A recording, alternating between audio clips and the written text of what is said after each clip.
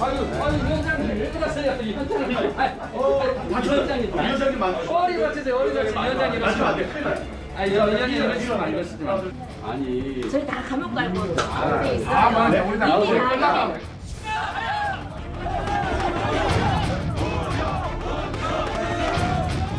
잘못된 패스트트랙에 대해서 저항을 앞장서서 하신 분들입니다. 그분들의 어떤 기여도는 높이 평가해야 된다고 봅니다. 따라서 당연히 수사 대상인 분들은 앞으로 공천 과정에서 가산점이 있을 것이다. 폭탄 발언이죠. 이 폭탄을 내무반에 던진 것 같아요. 앞으로 던진 게 아니라 뭐 삭발 가산점도 줘야죠. 머리 깎고 의지를 높였으니 머리 깎고 순서대로 줘야죠. 이거 완전 조폭 중에도 상조폭입니다. 그러니까 너희들 걱정하지 마라. 들어가거라. 뒤는 내가 봐주겠다라는 조폭 논리거든요.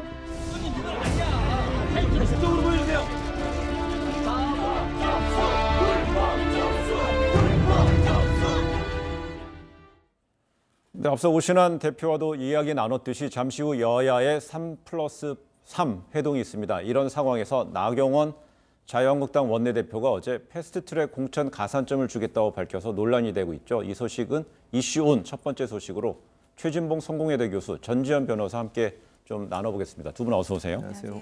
이 관련 발언이 어제 비공개 의원총회에서 나온 거죠? 그렇습니다. 의원총회에서 나왔고요. 의원총회 내에서 이 얘기가 나왔음에도 불구하고 어느 의원도 여기에 대해서 문제를 제기한 사람이 없었습니다. 예.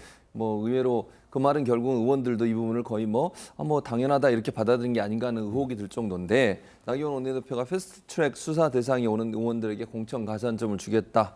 그리고 황교안 대표에게 주도록 황교안 대표에게 건의했다라고 얘기를 했고 황교안 대표도 공천 심사의 소관이기 때문에 직접적으로 본인이 관여할 수는 없지만 의견은 전달하겠다 이런 취지로 얘기가 했다라고 지금 얘기를 했어요. 그래서 뭐 만약에 사실이라고 하면 나경원 원내대표는 사실은 국회 선진화법에 따르면 불법적인 행동이라고 할 수 있는 그런 행동을 한 사람들에게 가산점을 주겠다고 얘기한 것은 대단히 부적절한 그런 태도였다고 보여집니다. 그렇다 보니까 당 안팎으로 논란이 계속 확산되는 것 같습니다. 그렇습니다. 지금 뭐 당뿐만 아니라 당 내에서는 뭐 별 이렇게 얘기가 아직 안 나오고 있는데 당 외에 예컨대 지금 오늘가 싱크 들었습니다만 윤수아 원내대표나 박용진 의원 같은 경우에는 윤수아 원내대표는 뭐 조폭 수준이다 이렇게까지 얘기를 했어요. 그러니까 뒤를 봐준다 뭐 이런 얘기 같은데 이런 논리라고 하면 예를 들어서 너희들 걱정하지 말고 들어가라. 뒤는 내가 봐주겠다. 이런 게 조폭의 논리라고 하면 나경원 원내대표가 그런 태도로 보이게 있는 게 아닌가라고 지금 윤수아 원내대표가 지적을 했고 또 더불어민주당 박용진 의원 같은 경우도 폭탄 발언이다.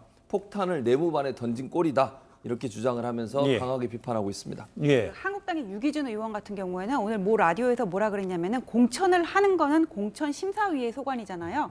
그래서 나경원 의원의 발언을 정치적인 수사 정도로 표현을 하면서 그럼 패스트트랙 말고 다른 당을 위해 공헌한 예는 어떻게 반영할 거냐의 취지를 얘기를 한 적이 있어요.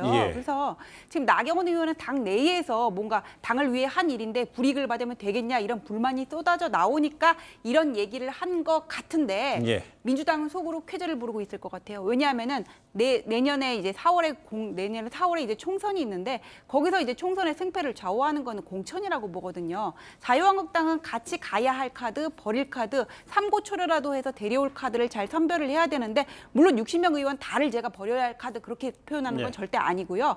60명 의원 전부 공천 가산점 주겠다 이래 버리면은 과연 누가 좋아할지 그거를 좀 곰곰이 생각해봐야 되겠다는 생각이 듭니다.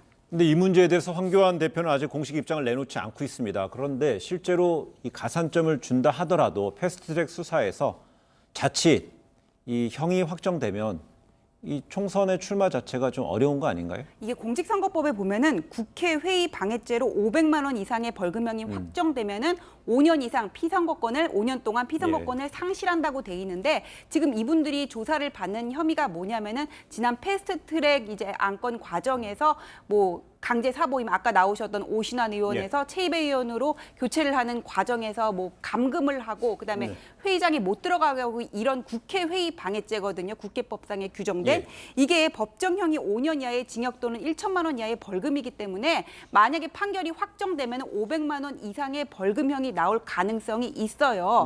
만약에 나경원 의원이 가산점을 줘가지고는 공천이 되고 당선된다고 하더라도 내년 다음 임기에서 만약에 형이 확정된다면은 의원직을 상실하게 되는 거겠죠.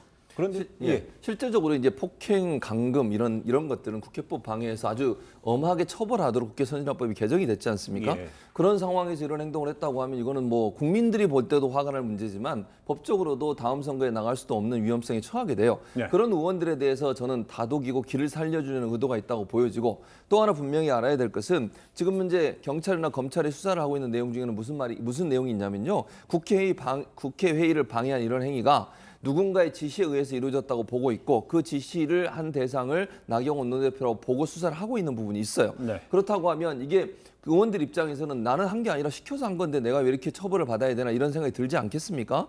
그런 상황에 나경원 원내대표가 나서서 그 사람들을 다독이면서 좀 불만을 잠재우려는 의도도 있지 않았나 이런 생각이 듭니다. 또 나경원 원내대표 임기가 올해 12월까지잖아요. 이 문제를 지적하는 것도 있습니다. 그렇습니다. 12월까지이기 때문에 사실은 그 임기가 12월이면 12월에 새로운 원내대표를 뽑아야 되지만 통상적으로 선거를 앞두고서는요. 짧은 시간 4월에 선거가 있잖아요. 예. 선거 체제로 들어가게 되면 의원들의 추인을 받게 되면 그러니까 의원총회에서 추인을 받게 되면 4월까지 연장되는 경우가 일반적이었어요. 그래서 나경원 원내대표가 처음 취임할 때도 아마 총선까지는 당을 추스리고 갈 거다라고 생각을 하고 있었는데 예. 만약 이런 반발이 커지면 그거 추인을 못 받을 수도 있잖아요. 이런 예. 상황에서 본다면 그것도 하나의 고려 대상이 됐을 수 있다는 그런 전두도 있을 수 있겠군요.